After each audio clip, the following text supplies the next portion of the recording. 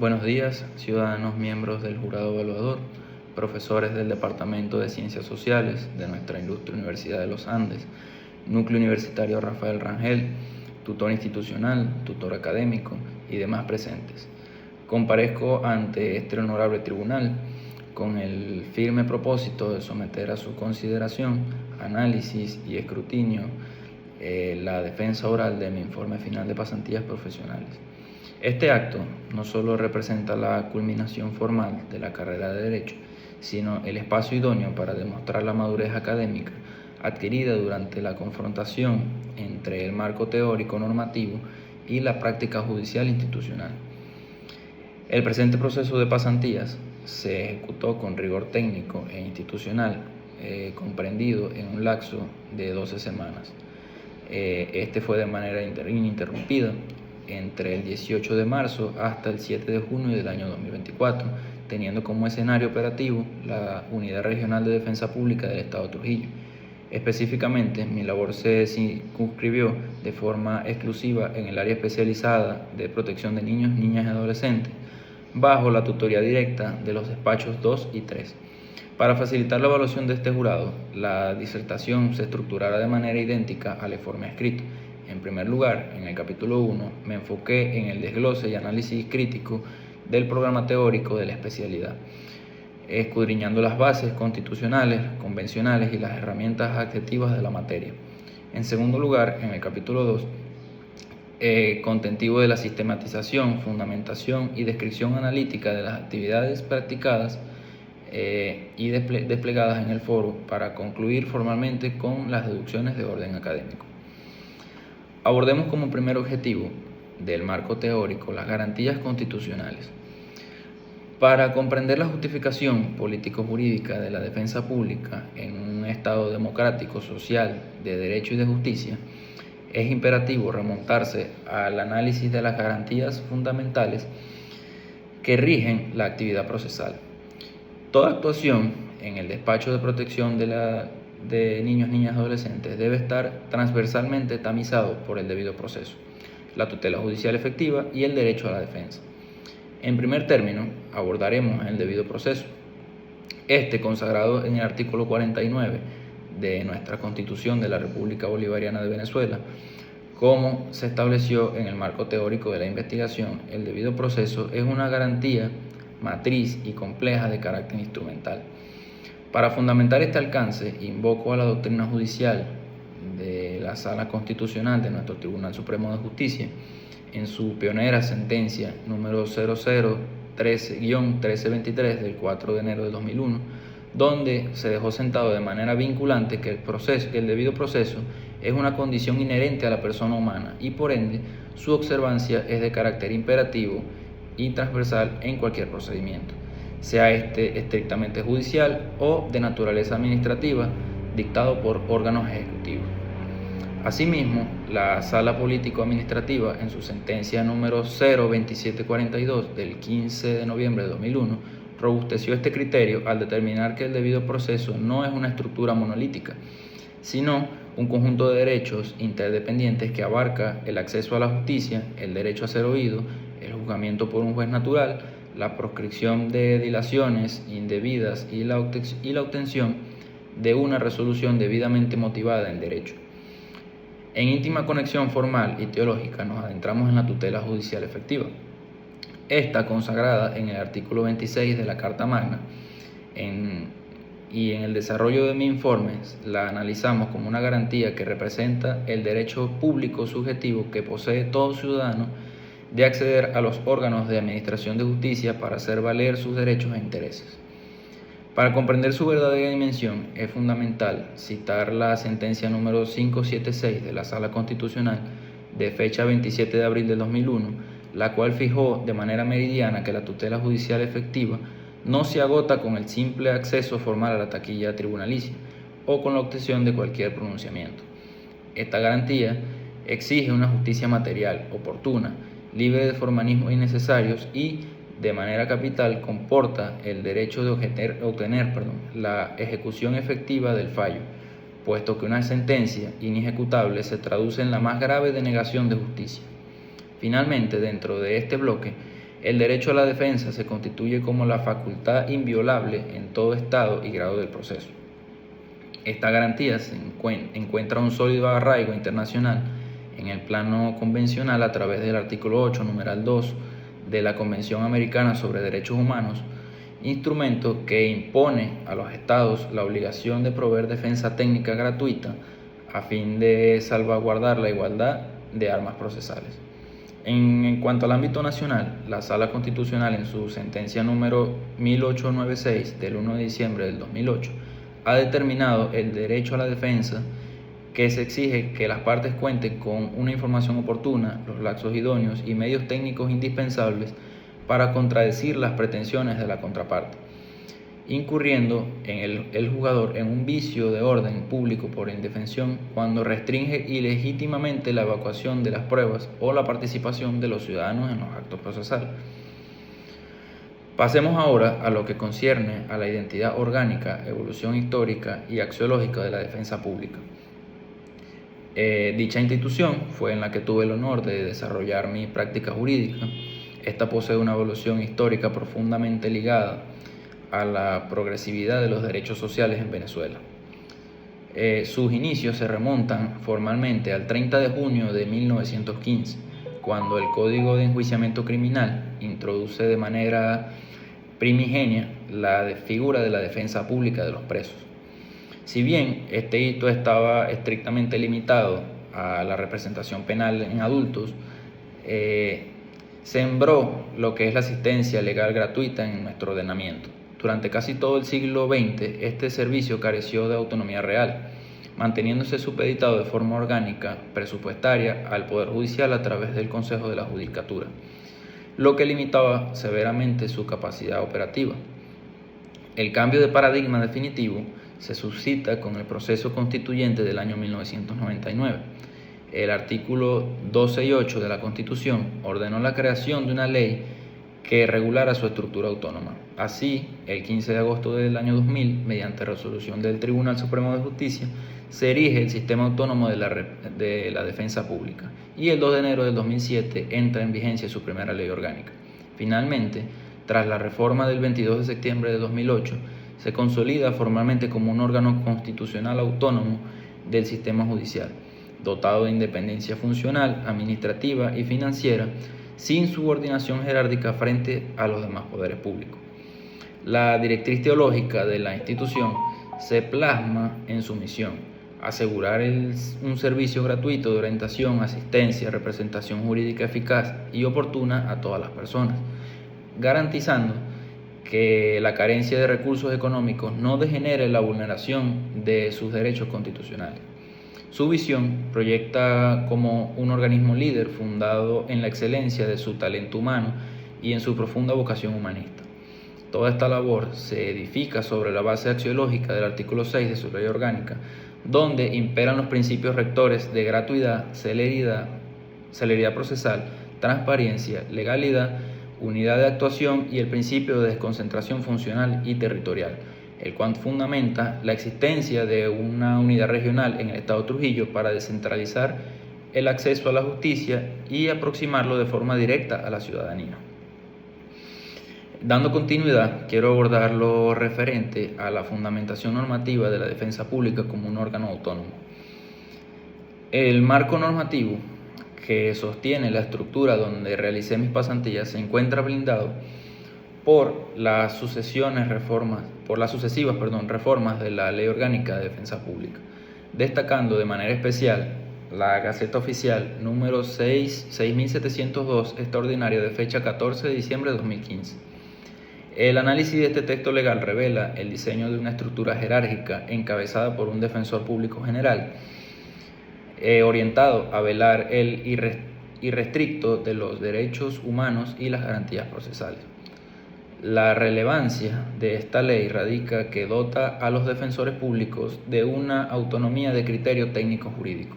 Esto significa que el ejercicio de sus atribuciones ante los tribunales, el defensor no actúa bajo mandatos políticos ni presiones externas, sino guiado estrictamente por los dictámenes de la ley y el resguardo de los intereses legítimos de sus patrocinados. lo cual se convierte en una salvaguarda indispensable cuando la contraparte procesal es el propio.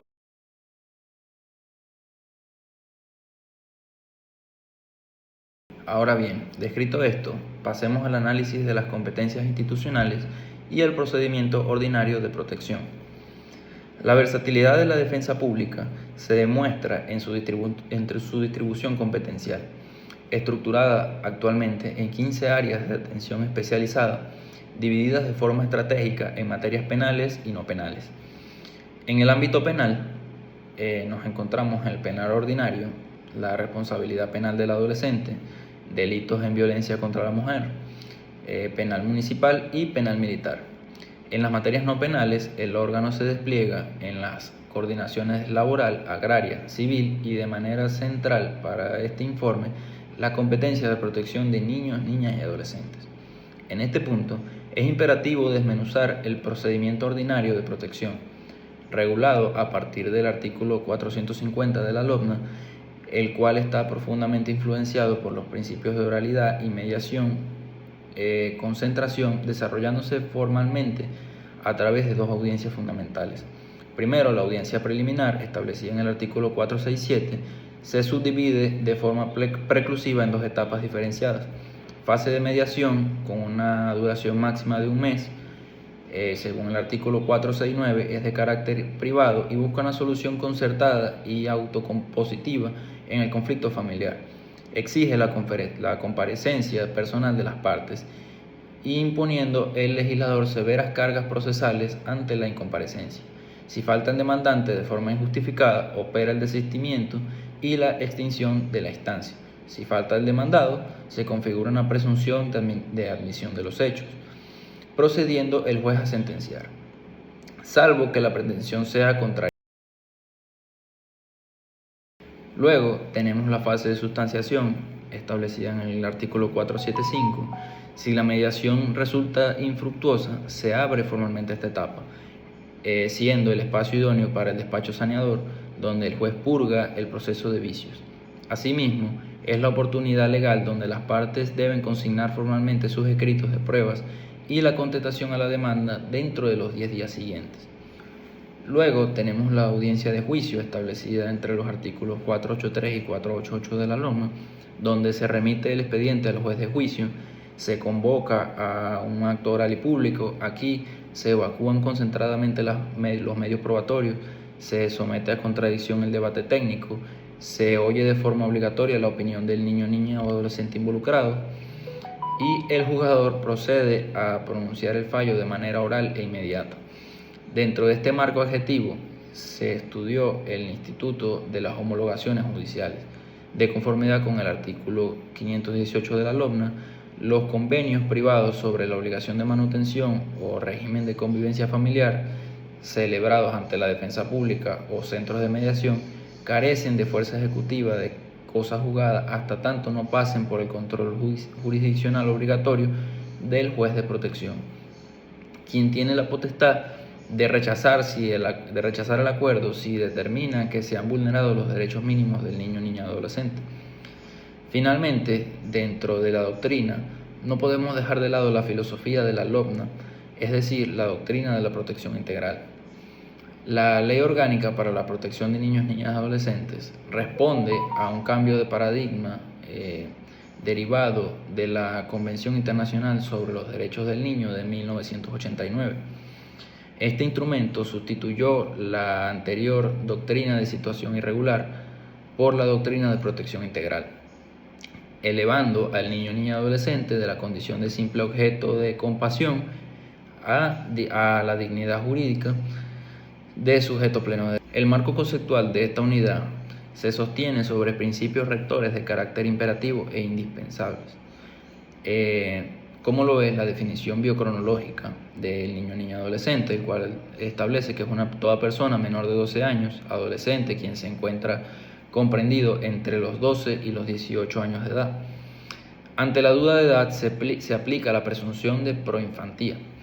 El principio de corresponsabilidad establece una obligación compartida, concurrente e inexcusable entre la familia, la sociedad y el Estado en la garantía de los derechos de los niños, niñas y adolescentes.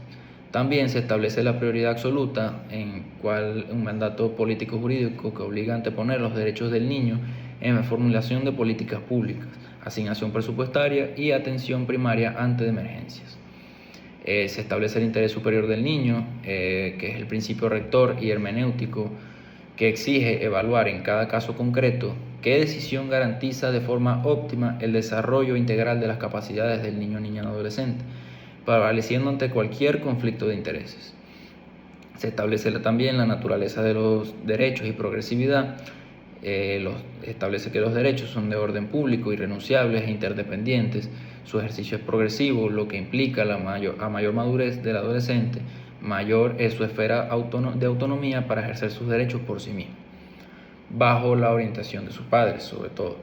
Para materializar este catálogo de principios, la LOMNA organiza los tribunales de protección en circuitos judiciales y crea un órgano auxiliar indispensable, siendo este el equipo multidisciplinario, conformado por psicólogos, trabajadores sociales, cuya función legal es emitir informes biopsicosociales técnicos para dotar al jugador de herramientas científicas que le permiten fallar conforme a la realidad fáctica de la familia.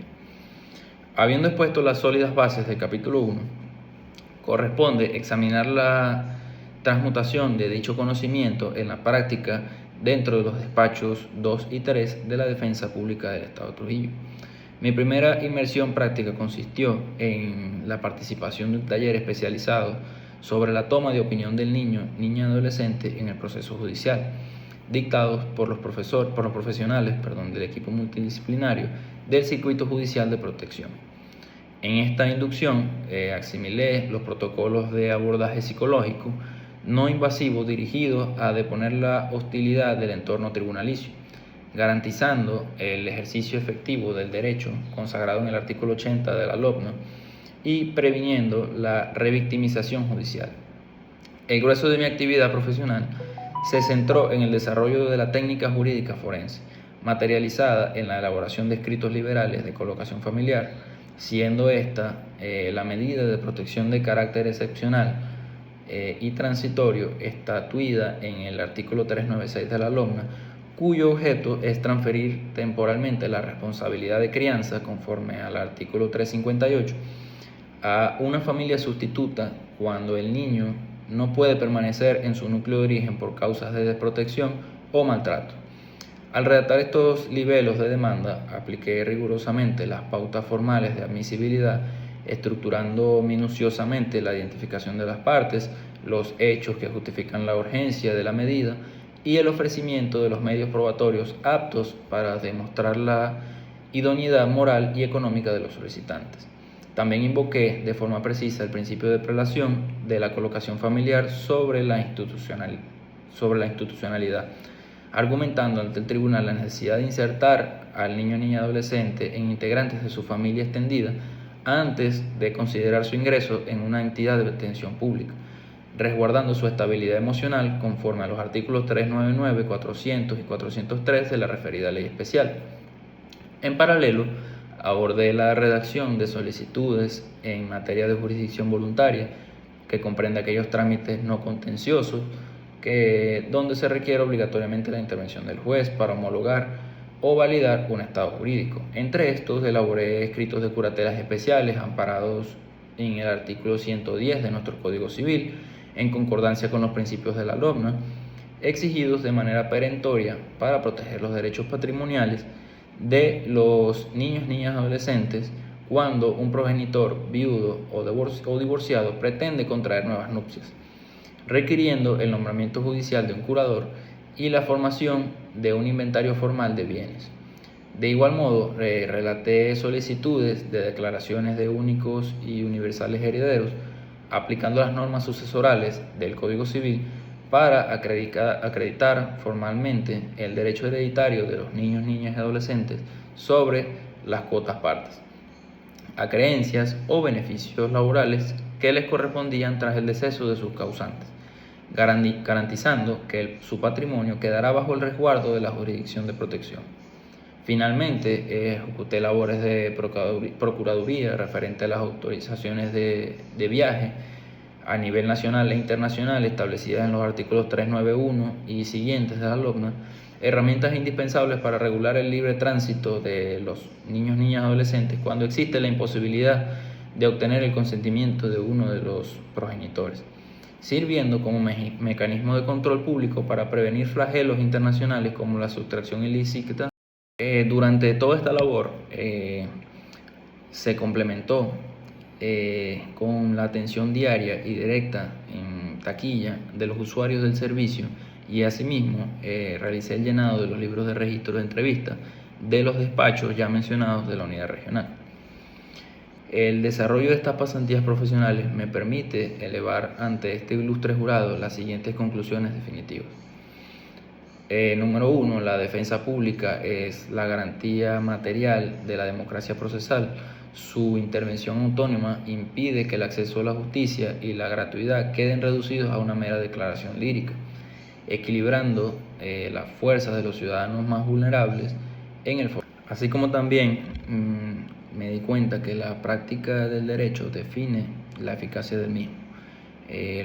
Mi pasantía evidenció que el estudiante de Derecho requiere un entrenamiento riguroso en la redacción libelar técnico-probatoria, puesto que la defensa de un derecho depende directamente de la solidez del escrito que lo contiene. Asimismo, como recomendaciones derivadas de la práctica que realicé, planteo lo siguiente. A la defensa pública del Estado de Trujillo le recomiendo incrementar la dotación de herramientas tecnológicas en las unidades regionales y expandir las jornadas de difusión o atención jurídica comunitaria en los municipios foráneos del Estado de Trujillo, acercando la institución a los sectores rurales más vulnerables. Y a nuestra ilustre Universidad de los Andes, fortalecer las cátedras de práctica forense del derecho y el derecho procesal de protección, incorporando simulaciones de audiencias orales en sus fases de mediación y sustanciación, garantizando que los futuros egresados inicien su ejercicio con destrezas competitivas adaptadas a la oralidad. Ciudadanos miembros del jurado, al iniciar este camino universitario aprendimos que el derecho busca justicia. En mi transitar por la Unidad Regional de Defensa Pública, comprendí que el derecho también es un escudo para los indefensos y una voz para los que no pueden hablar. Esta pasantía ha sellado mi compromiso ético y profesional con el ejercicio del derecho en Venezuela. Con estas reflexiones doy por concluida mi exposición oral y quedo formalmente a entera disposición de este ilustre jurado para iniciar la fase de preguntas u observaciones que tengan a realizar.